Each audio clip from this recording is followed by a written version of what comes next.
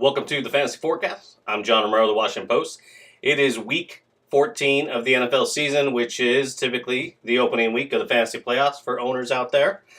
Some leagues put it off one more week, but for the bulk of fantasy leagues, this is the start of the postseason. So I'm here to help as much as I can. If you'd like to follow me or ask me advice on Twitter, my handle is at John_J_Romero. How did I do in week 13? They have a phrase in fantasy that you never sit your stars. As an owner of 2i Hilton, could not bring myself to play him last week in a very tough matchup against Jacksonville. And he didn't do a lot, but he just did enough that he made me look like I don't know what I'm talking about. Now, he had 3 catches, 51 yards, and he had a TD.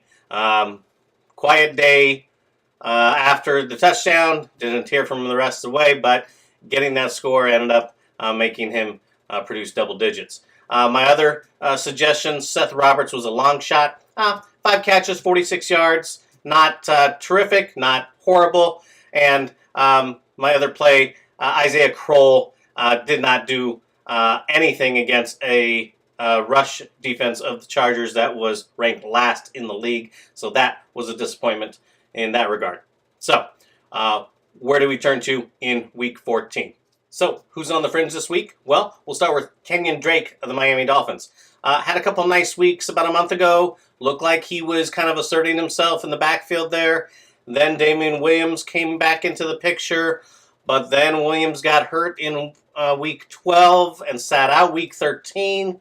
Drake suddenly was back in the picture and had a career day.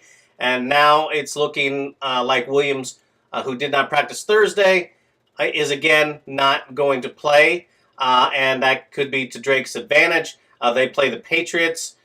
Drake had a decent enough game. I think he found the end zone in a game against New England last month.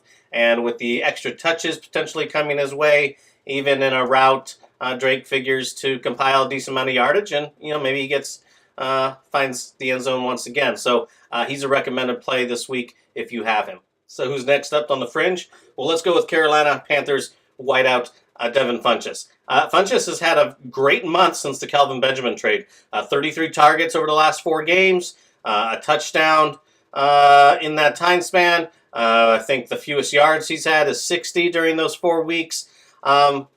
Greg Olsen returns, and while that may seem like a hindrance and that Olsen may occupy targets, I see it more as, it opens the field a little bit more, and Newton gives Newton a little bit, his mobility. So while it's not a great matchup on the surface, Minnesota's been strong defensively, I think I would say don't be too scared of that matchup to not play him if, he's a good option for you. I mean, either you have, some bona fide receivers that make him an afterthought, or he's someone you got to lean on this week. And as someone who owns Funchess in one league, I think you kind of got to go with the idea that Newton will find him a few times this weekend. Now, for those owners that are searching for somebody on the waiver wire, maybe they've got an injury or they just don't got a horrible matchup and you need a desperation play. Well, a great Hail Mary player this weekend is Giovanni Bernard of the Cincinnati Bengals.